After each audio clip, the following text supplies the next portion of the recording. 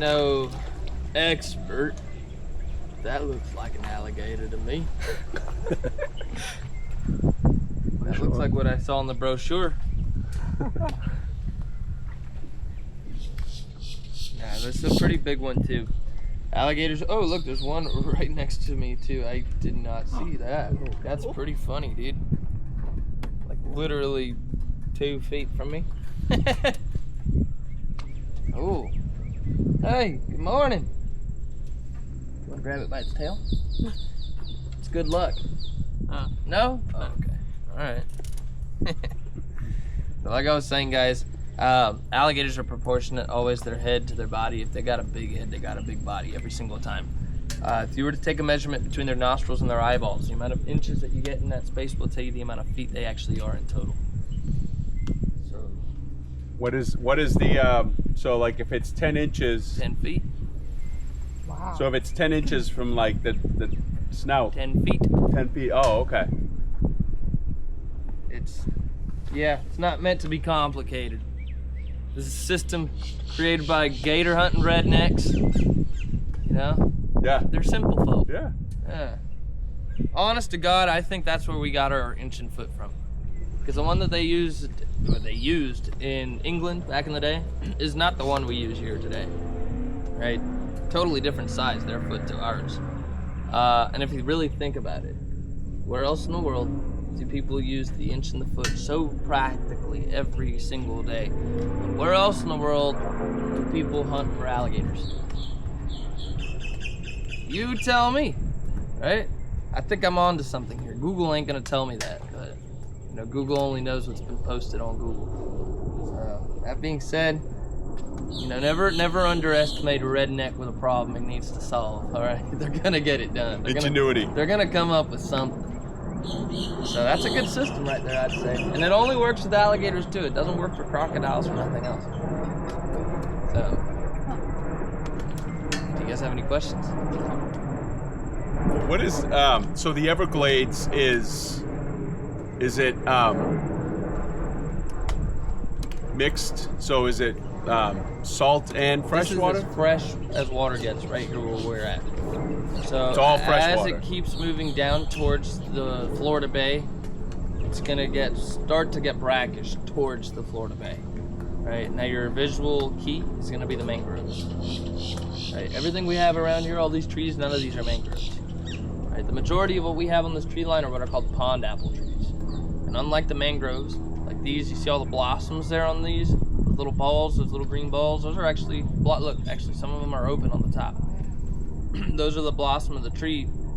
It's about to fruit up. It's about to start bearing fruit. In the summertime, all these trees are gonna be chock full of fruit that once they're yellow, you actually can't eat. Like I said, unlike the mangrove.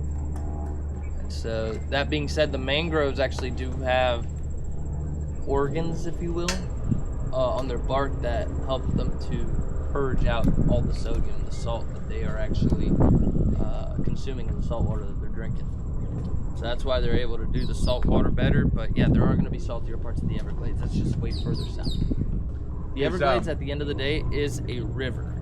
I was just going to ask, is it a river system? It's a river system? Just to help to further that understanding of why it's like that. The water all comes from Lake Okeechobee way up north, right? And as it goes further south, obviously it's going to be fresh up until a certain point when it starts to meet with the ocean. That's where things start to get salty. So yeah, Lake Okeechobee is the headwater. The Florida Bay would be the estuary. Now the reason we don't see the water moving is because at its very highest flow rate, the fastest it moves is 1/2 mile per day. So incredibly slow.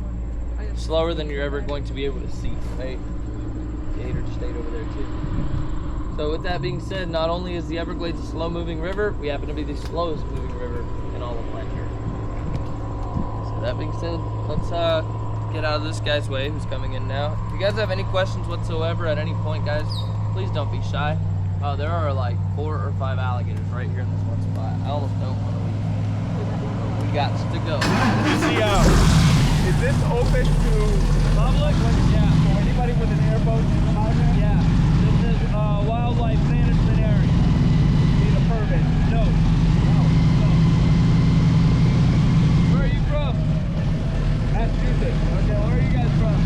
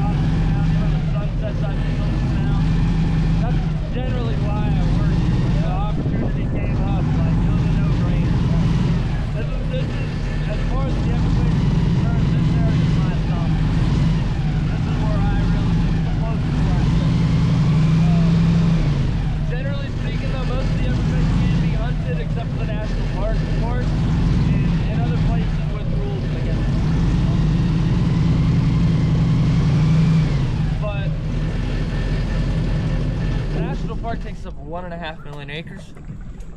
The Everglades in of itself is going to be 3.5 million acre total, including the national park. So yeah, there also is going to be a lot of area that can be, you know, accessed by the public for hunting or recreational purposes, whatever they might be.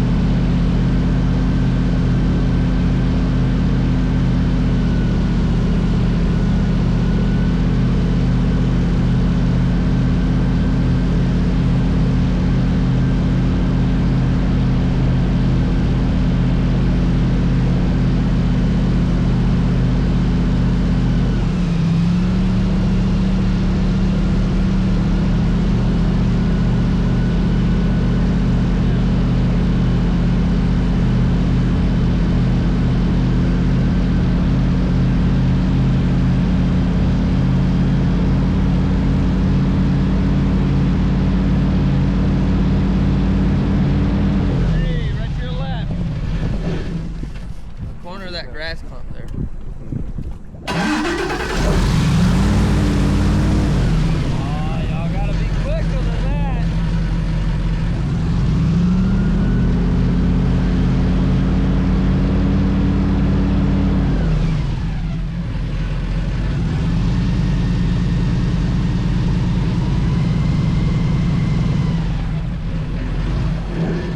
Right there. Oh, I see him now. Very nice. Right there. Very nice. Oh, yeah. She's cooperating just enough. Just enough to get it done. Sometimes it seems they didn't sign the media release form. And they just go straight down. Are there different species of alligator? There's only 2 species of alligators in the whole world. That would be American alligators and Chinese alligators. Okay. How can you tell if it's a female or a male? Can you tell by looking at it, or Well, like looking at like the just face because or I wasn't anything? quick enough to make a joke, I won't. Okay. To be real with you, I'm just making an uneducated guess. There are more females in the wild though. Okay. So generally, I'm gonna like that. That's a female. That's what we just seen. Pretty much everything we just saw are there females. Females? Are they typically smaller than the males? Yes, ma'am. So basically, a male does not stop growing until the day he dies. A female does around 7 to 9 feet long. Okay. How So- big can a male get? He doesn't stop growing. He doesn't stop growing? No, our Florida record is 14 feet and 3.5 inches. Oh. Who's to say if there's a bigger one out there? There probably is. Right. It might be just hiding at the bottom of Deep Lake on the Big Cypress. Deep Lake is Florida's deepest lake. Right, it's well named, right?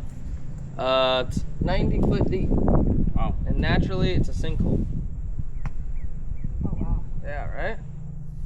So, that being said,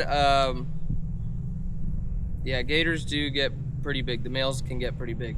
But otherwise, the males have more gnarliness to their figure, while females tend to be slimmer, sleeker, you know. And a male, when he guards his territory, because they're all territorial, he guards his territory away from other males primarily. Females, he's going to tolerate up to 14 females at a time. So, that being said, generally, like I said, we tend to see more females. See more females? Yeah.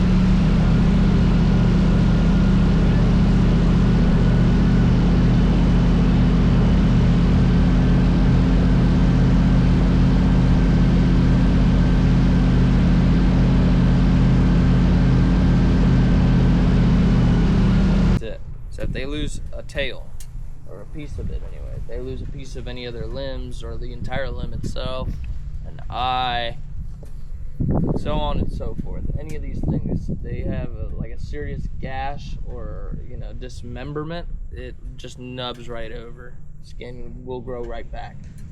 Maybe the bone might not, but the skin will. Also, their teeth, it's the only bone that actually will grow back. Their teeth, unlike us, they can regenerate their teeth. And they go through around 3,000 teeth in a lifetime. They can have up to 80 teeth in their mouth, and when they're first born, little teeny weeny babies, they have 81. Right? 40 on the bottom, 40 on the top, and the one extra special one sticking out the front, known as the egg tooth, which is what they use to break the eggshell open. So other than that, about 3 days later, it will fall off, never to grow back again. The rest of the teeth, however, like I said, will regenerate. And as they grow older, obviously they're definitely going to be losing them or growing in bigger. So, any questions? Approximate age? Big, pretty boy here, you don't get this big overnight. A gator like that is at least 50 years old. 50? 50, the big 50, over the hill. That's right. So an alligator in the wild would live at least 50 to 65 years on average, or around 70 to 100 in captivity. Again, these are averages. Could be more, could be less, depending on the specific case. So, any other questions about big boy, pretty boy, I mean, or pretty boy? No? So how big is their territory? On average, like a mile is what a male is going to cover. A real big hoss of a male, maybe around 2, but that's not common. So like that's a maximum, Yeah. So, alrighty guys, let's see if I can jimmy this thing out of this wedge that I got myself here into. Water's warm. Water's warm. Yeah. You want to go for a swim? No? I didn't get an answer. I'll go with you. I'll go. I feel like you've done it. No, I have been in this water, but I don't just do it for the funsies, Generally, there's got to be a reason for me to go on it. But I have been. More than once, actually. Now, I'm talking about this canal specifically, though, when I say that. Honestly, out in the prairie, I'll go in any time. The prairie, I feel the safest in. Here in this murky, deeper water, yeah, I know who lives here. You know what I mean? You know how they say ignorance is bliss? I know who lives here, so yeah, best to just leave them be. How deep are these canals? The canals are always deeper than what's out in the grass because it's dredged. Okay. But here it's probably maybe waist deep right now. Oh, okay. It's not very deep, it's just murky. You can't see anything, and that's exactly how they like it.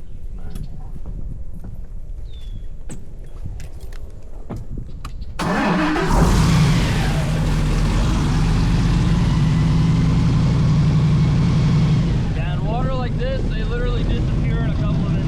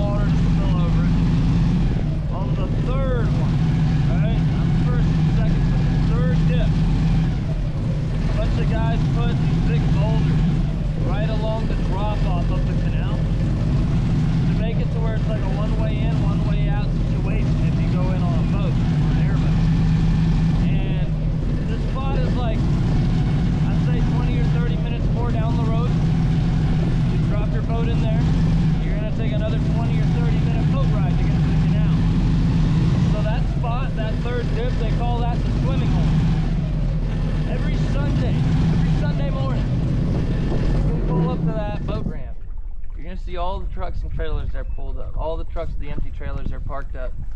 Everybody's out there at the swimming hole. And when everybody's out there, it really just looks like they're at the sandbar, but they're in the swamp. You know what I mean? Yeah. It's pretty sick, man. That's the Sunday thing to do. For some folks out here, Right. you know, for the more Gladesman inclined folk, Right. you know, a lot of folks will go out to the sandbar. A lot of these guys, you know, the good old folk, they go out to the swamp, to the cypress, and enjoy their Sundays out there. Like I said, it looks like the sandbar. It really does, except everyone's on an airboat instead. There's a bunch of cypress trees all around with a bunch of gators in the water. But you'd be surprised at how many kids learn to swim there. You know what I mean? You pull up, someone might be grilling up on their boat. There's someone blasting music on their speakers on their boat. You know, it's a whole little powwow. Yeah. It's a whole little party going on there. Everybody's friendly there too, man. The first time I was there, there was a buddy who took me, and you know, I don't know the crowd, you know, I'm gonna let y'all do your thing, you know, just watch for see where I might fit into this situation, right? And so yeah, I like to be low key. My buddy actually knows people out there. He's like, bro, relax. Like, come on, dude, chill out, grab a beer, let's hang out. Like I said, very, very friendly people there. But that's the thing though, man, if they find you out there, it's not like it's an easy spot to get to, you know what I mean? You gotta know about it. You gotta know somebody that. You gotta know about it first of all, and second, you need to either have a boat or some dedicated feet, or the key to that lock on the gate. So not just anybody can be there. So, you know, generally speaking, if someone does find you out there, you're generally finding like-minded folk. Right. You know what I mean? Right. It's not really somewhere you'll be finding someone from Brickell stumbling upon, you know.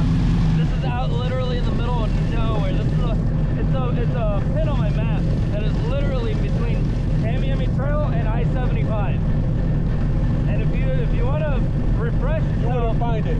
Yeah, no, I'm saying if you want to refresh yourself as to what's in between that, Right. nothing. Right. You know what I mean? It's out in the middle of nowhere. Like I said, there are a bunch of camps there. There's a lot of people that know that spot.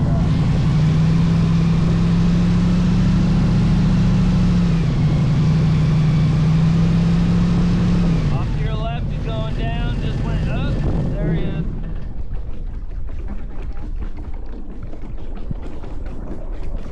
Yeah, and to be honest with you, this is almost one of those kinds of spots, you know what I mean? If I find you out here, that's because you have a boat that took you out here, you know what I mean? You don't just walk to the spot. So that's the thing, like I said, generally when I see folks out here, it's exactly that. It's like, okay, yeah, you either hunt or you fish a lot, like like-minded to a sense, you know, to a degree.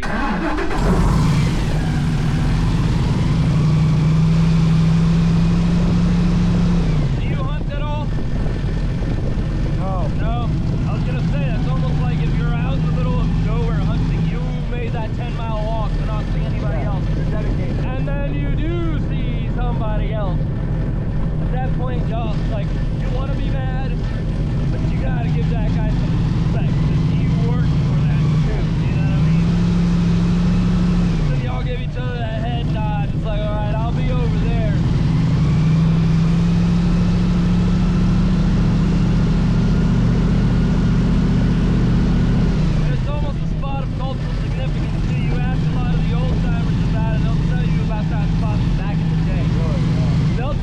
The guys who put the damn put the rocks there, you know? So what do they call the place? The swimming hole. The swimming hole. Yes, the swimming hole. Absolutely. You ask anybody on the Tamiami Trail about the swimming hole, and there's only going to be one place in mind. Yeah.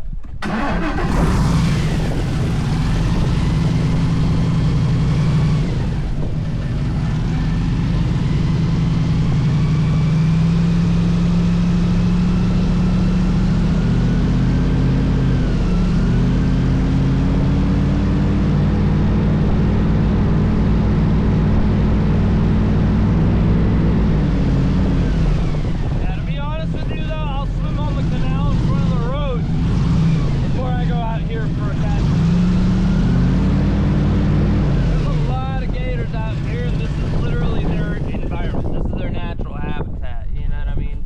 untouched. There are, well, untouched isn't necessarily 100% the word because we are here. But I mean, just look at what's around us, man. I can guarantee you there's a lot of alligators we did not see that we did pass over. A lot more than what we did. You know what I mean? Yeah. They like the tree lines. They like all of this grass, the heavy, thick stuff. You know, all that stuff that no one and their mothers would think of walking on into. That's where you're gonna find a lot of the wildlife. So now, generally speaking, on an undisturbed day, they will choose to stay in there. But if an alligator hears all that disturbance, the splashing of water Yeah, and they're moving going in. around, you know, they know that there's something going on. They don't hear that all the time. Yeah. So they're definitely gonna move in and want to check it out.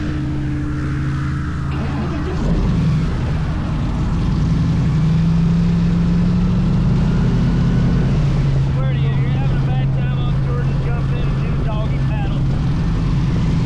Is there, in between the canals, is it just prairie? Is it flatland? Is it land? Yeah. Yeah? Okay. Well, land, no. Prairie. Okay. Marsh. But it's marsh. Wetlands, yeah. It's all wetland. Well, there are going to be specks of dry ground throughout here, but those are going to be like marked with trees and stuff growing on them. Okay, I was It's just gonna say, yeah. visually, just it sticks out. Yeah, yeah. We call them tree islands, just as a layman's term, but the more proper terminology for these tree islands are hardwood hammocks. Hardwood referring to the kind of trees you'll find on them. Hammocks referring to the land above water you'll find. These hardwood hammocks that are found throughout here are going to be where about 90% of the biodiversity here in this part of the Everglades is. Because this is actually where you start finding more furry animals. Things like deer, rabbits, you know, foxes, raccoons, possums. Pretty much all the, you know, Bambi and all his friends that you saw in that movie, they can be found here as well. Of course, in their respective habitats. Right. But these animals are actually a lot closer to you right now than you might think. Now, unfortunately, one thing that has hindered these populations are the snakes. The pythons, actually, more specifically. Are you guys aware of the python issue we have here? Okay. So that's really not an exaggerated thing. It really is true that like 90% of all the small fur-bearing populations have been... Okay, I actually said that wrong. All of the small fur-bearing populations here have been diminished by 90%. All of them. So we don't really see river otters on tour like that anymore. I don't see raccoons like that in the woods anymore. I'll see these furrier critters in my backyard more often than I'll see them in the wild these days. You know what I mean? Simply being because my backyard is not a suitable habitat for a python to be living. That's why. You see these things more in the suburbs now. Raccoons, possums, foxes, and stuff.